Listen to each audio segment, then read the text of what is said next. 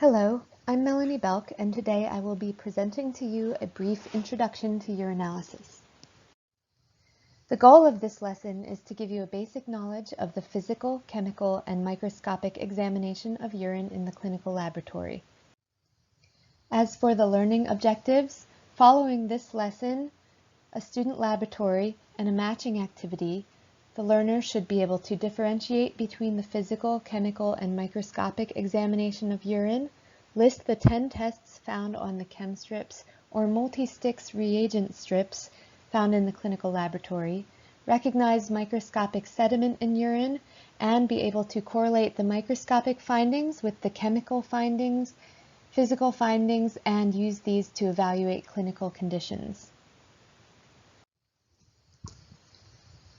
To give you some background, urinalysis involves the study of urine through physical, chemical, and microscopic examination to test the patient for certain diseases or conditions, pregnancy, ovulation, or to test for certain substances or hormones in the urine, such as drugs. Urine has been used for centuries as a quick and easy diagnostic aid. It is non-invasive, easy to collect, and readily available, which makes it particularly advantageous. Urine provides information about the body's major metabolic functions and can often indicate whether everything in the body is working okay. Urine is composed mainly of water, urea, creatinine, and uric acid, but also contains many other trace elements and compounds. So to start off, we'll talk about the physical examination of urine. This refers to things that you can observe macroscopically, such as color, clarity, and odor. It also refers to specific gravity. Specific gravity refers to the density of the urine compared to the density of a similar volume of distilled water. The normal specific gravity for urine is 1.010, which is considered to be isothenuric. Anything below 1.010 would be considered hypothenuric, and this can indicate that the kidneys are not concentrating the urine as well, or maybe that the patient is just really hydrated. And anything above 1.010 is considered hyperthenuric. Specific gravity can indicate the amount of particles or compounds found in the urine. Then we have, as I was talking about, things that you can observe macroscopically, such as color. Normal urine is usually pale yellow or yellow, but can range anywhere from colorless to dark yellow depending on the level of dehydration in the patient. Abnormal urine can be anywhere from orange to red, brown, black, or even blue. Some conditions and diseases can cause urine to change color. For instance, blood in the urine will cause it to be pink, red, or brown.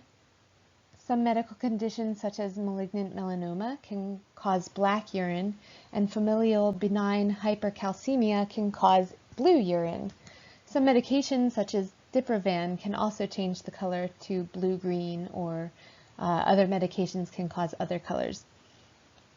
Sometimes just what a person eats can affect urine color, such as if anyone has ever had beets, you've seen that your urine can become pink or red after this. Clarity can also give us information on the patient. Normal urine should be clear, but the clarity can range anywhere from clear to hazy, cloudy, turbid, or milky. Usually, cloudiness in urine indicates that there is some amount of sediment in the urine or protein. If you shake urine and get a white foam, this can indicate protein is in the urine, or a yellow foam can mean there's bilirubin present. Finally, odor can give clues about a patient's condition. Normal urine is generally aromatic, but foul-smelling or fruity-smelling urine can indicate infection or ketones present. Odor can also be an indication of certain metabolic disorders. For instance, phenylketonuria can cause urine to have a mousy odor, and maple syrup urine disease can cause, obviously, a maple syrup odor. So for this slide, this just gives you a visual of the color and clarity of urine. The picture on The left shows you what you might see in the test tubes in the lab, ranging from light yellow to brown, and below that you can see the clarity of the urine. Clear urine, or this shows how to measure the clarity by putting the tube of urine against a white paper with writing on it. Clear urine should allow you to see the writing behind it, and the more cloudy the urine is, the less you can see the writing. And then the picture on the right on top just shows you some of the causes of different colors of urine, and the bottom picture shows a refractometer, which is the instrument used to measure specific gravity. So on to the chemical examination of urine, and this is performed mainly using reagent test strips such as multi-sticks or chem strips. These test strips are a quick and easy method to test for 10 different chemicals in urine. These include pH, protein, glucose, ketones, blood, bilirubin, urobilinogen, nitrite, specific gravity, and leukocyte esterase. This method is performed by collecting urine in a container and dipping the reagent strip in the urine and allowing it to sit for the indicated time on the strip, and then comparing the color of each test to a result key.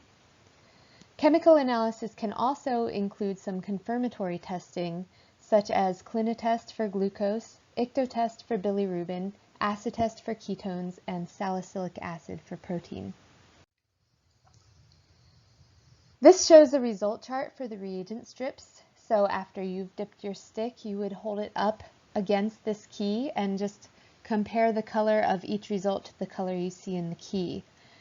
For each test, the results can be recorded either qualitatively, such as trace, small, moderate, or large, or some of the tests, such as glucose, can be measured quantitatively as in grams per deciliter.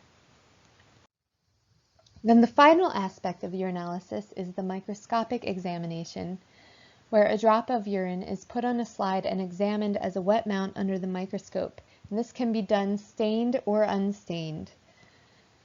Under the microscope, we can see different sediments such as cells like white blood cells, red blood cells, different types of epithelial cells, and sperm.